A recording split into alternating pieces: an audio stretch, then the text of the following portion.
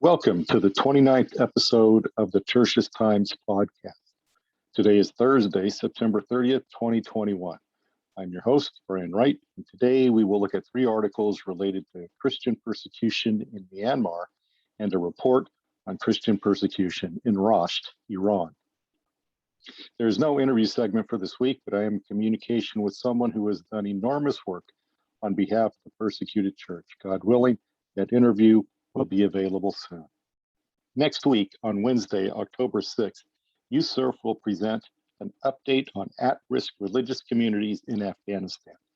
I attended the previous USCIRF hearing, Strategies for Religious Freedom in Fragile States, and found it very informative. I would encourage you to attend this upcoming event as well.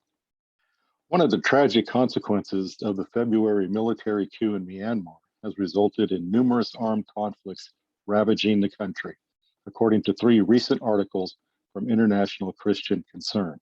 The first report, Burmese Army Attacks the Baptist Church in Chin State, September 16, 2021, again from International Christian Concern, states that in the Christian majority eastern Chin State, the Burmese Army, the Tatmadaw, shelled the Johnson Memorial Baptist Church at night. Fortunately, no casualties were reported, but the church suffered broken windows and a damaged roof. The attack followed the overrunning of a military outpost by over 400 members of the Chin National Army and local resistance group Chin Land Defense Force, or the CDF, in which 12 Tatmadaw soldiers were killed. The article adds that, quote, it is possible that the Tatmadaw attacked the church with the assumption that people might have taken shelter inside, or that they wanted to destroy the religious symbol for the Chin people, knowing that their Christian faith is sacred to them, unquote. The Tatmadaw may very well seek more vengeance in the near future, which has added to the fear of its residents, where, quote, more than 1,000 people have already fled the area into nearby India, unquote. And on September 18th, that vengeance visited the region once again. According to Chin pastor killed by the Burmese army after bombing of homes, September 21st, 2021, International Christian Concern, quote, at least 19 homes and a government building, unquote, were shelled, quote, before shooting dead a Baptist pastor, youth pastor Chung Byak Kimon of That Lang Centennial Baptist Church, who came out to help put out a congregant's house fire, unquote. Quote, he left behind his wife and two sons, unquote, the article added. It was also reported that his finger was cut off and his wedding ring stolen. The Chin Baptist Convention, CBC, has condemned the attack. The article adds, That Lang Township in the Christian majority Chin state has been under heavy attack by the Tatmadaw, unquote.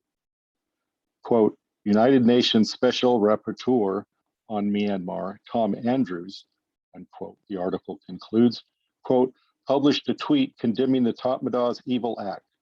He said, quote, the murder of a Baptist minister and bombing of homes in That Lang, Chin State, are the latest examples of the living hell being delivered daily by junta forces against the people of Myanmar. The world needs to pay closer attention. More importantly, the world needs to act, unquote.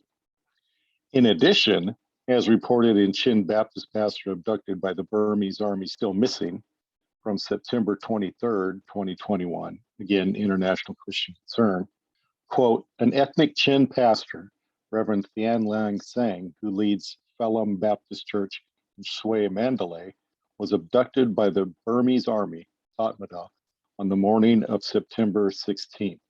He was arrested by armed men in plain clothes in front of his house. Along with the group, there were 3 military vehicles and approximately 20 armed soldiers, unquote. He is also recovering from COVID-19, adding more to the family concern over his health. $250 US, which was set aside for the Reverend's father's funeral, was taken, along with 5 cell phones, including those of his wife and mother. His whereabouts is unknown, and he has not been seen for over a week. The Baptist World Alliance called for his immediate release, as well as demanding justice for the murder of youth pastor Chung Byak Moon on September 18th, and a call for the restoration of the homes destroyed in that same attack. Pray for Christians in Myanmar, particularly those in the Chin State, for their protection and endurance during times of intense persecution. Pray for the leaders of Myanmar, that they would cease their revenge attacks and that the Chin forces would agree to lay down their arms as well. Pray that the leaders recognize the value of all life, come to terms with all those minorities who live within their borders. Pray that the political power be given back to the people of Myanmar and stability and peace would reign. 2 of 3 church leaders imprisoned the evening of September 5th following a raid on their meeting by secret police forces were released on an over $93,500 bail, US, according to 2 church leaders released on bail 29 September 2021 from CSW. Morteza Mashkodari, Ahmad Sarparast, and Ayub Horizadeh were leading a Church of Iran meeting in the northern city of Rasht, where Christians have suffered, quote, intense harassment at the hands of the Iranian authorities for several years, unquote. While, quote, Mr. Mashtokari and Mr. Sarparast were released, unquote, the situation with Horizadeh, quote, remains unclear, unquote. Another pastor with 3 others was arrested in 2018. 2 others, quote, received 80 lashes for drinking wine during a communion service in October 2020 and November 2020, one of whom is, quote, currently serving 21 months in internal exile, unquote, and the other, quote, is serving a 6-year sentence, unquote. In 2019, a pastor and 8 Christians in Rasht, quote, received 5-year sentences on charges of endangering state security and promoting Zionism, unquote. Mervyn Thomas, CWS founder president, emphasizes that the 3 pastors, quote, should never have been arrested in the first place, unquote, and calls for dismissal of all charges as well as the immediate release of Horizadeh. He also demands the, quote, immediate and unconditional release, unquote, of the pastors and other Christians arrested in the last few years in Rasht, as well as cessation of harassment and persecution. Pray for Iran, especially the city of Rasht, that the rash of persecution ends. Pray for the Christians of Iran and, again, especially for Rasht, that they be given divine strength and protection in the face of ongoing and increasing difficulties mounting against them. Pray for everyone in Iran, the home of the fastest growing church, that they will continue to seek the truth, be released from the fear of spiritual freedom, and cling to the only source of internal and external peace. Pray for the leaders of Iran that their stubborn pride be broken and they too would see the real light of God's grace and love. I want to briefly announce again this valuable free online event by USCIRF, Update on At-Risk Religious Communities in Afghanistan. Encourage all listening to attend. I also want to remind everyone that the previous event, USCIRF Hearings, Strategies for Religious Freedom in Fragile States, has been posted on YouTube. The links are in the description.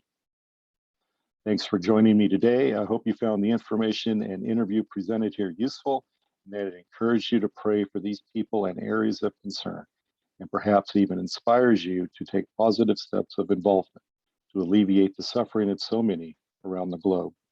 Continue to pray for those mentioned today as you are led.